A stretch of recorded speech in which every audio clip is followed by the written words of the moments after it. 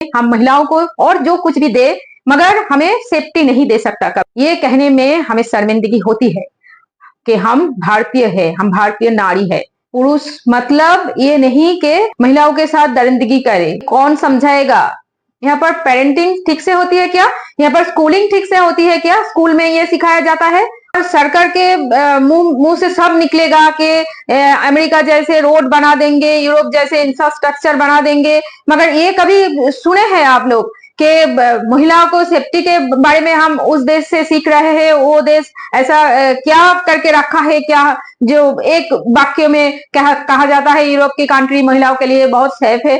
कौन सा देश में हम रहते हैं कि हमें सब कुछ मिल सकता है, मगर हम औरतों को, हम महिलाओं को सेफ्टी नहीं मिल सकती कभी भी। देखा है किसी भी राज्य इस बारे में, इसको लेकर सीरियस स्तर पर कोई बातचीत चल रहा है? यहाँ पर जस्टिस मांगा जा रहा है और किसी को फर्क पड़ता है क्या? कोई डर रहा है क्या कि उसकी फांसी हो जाएगी तो मैं करूंगा तो मेरी भी फांसी हो जाएगा? कोई डर रहा है क्या? जस्टिस की बात नहीं है ये खत्म करने की बात होना चाहिए। बहुत हो गया, अब जस्टिस नहीं, खत्म होना चाहिए, खत्म की मांग होना चाहिए। यहाँ से कंट्रोल किया जाता है सब कुछ। कौन सिखाएगा जी ये दरिंदगी है?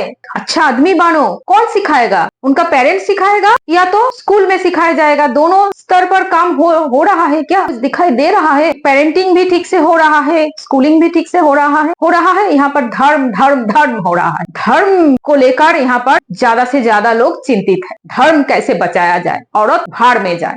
धर्म बचाने की बातें आप सुनेंगे, औरत का सेफ्टी के बारे में बात करते हुए आप किसी को नहीं सुनेंगे। पता है गुनहगार कौन है? लड़कियों को छोटे कपड़ों में देखकर जिनको तकलीफ होती है, गुनहगार वही है। उनके अपने आप पर कंट्रोल नहीं है। लड़की का शरीर तो ऐसा ही है, वो दिखाई देगा और छोटे कपड़े से बस उनको हलचल मच जाएगा। अपने शरीर के अंदर कंट्रोल नहीं है उनके अपने आप पर। नेता मंत्रियों के मुंह से भी ये सुनाई देगा, आपको जरूर सुने होंगे ये बात नेता मंत्रियों के मुंह से। गुनहगार वही है, गुनहगारों को इंस्पायर भी वही करते हैं। क्यों?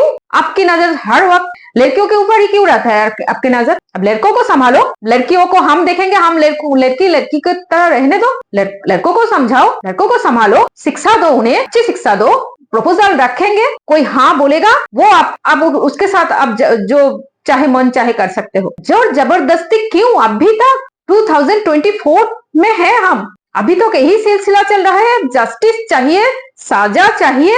क्यों? ये घटना ही क्यों घटेगा? ये दरिंदों की पहचान नहीं हो सकता है क्या? चाहे तो सब कुछ मिलेगा, आंखों के सामने है। कौन कौन गुनहगार है और गुनहगारों को कौन इंस्पायर करता है? रेपिस्ट को इंस्पिरेशन कहाँ से मिलता है? क्योंकि तुम तो लड़का हो, तुम्हें तो ये सब होगा ही।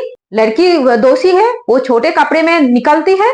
लड़की का शरीर ही ऐसे बनाया गया है, ऐसा ही है। वो देखकर लड़कों को तकलीफ होता है और ये बोलकर इंस्पायर भी करते रहते हैं। यही लोग दरिंदे हैं और इस सब से ही मुक्ति चाहिए हमें। इससे भारत का सिर नीचा नहीं होता है ना? सरकार को कभी देखा है ऐसे रेप जैसा, ऐसा दरिंदगी जैसा मुद्दा को लेकर सीरियस है? जरूरी बातचीत चल रहा है, इसको कैसे खत्म किया जाए? कोई चिंतित है क्या?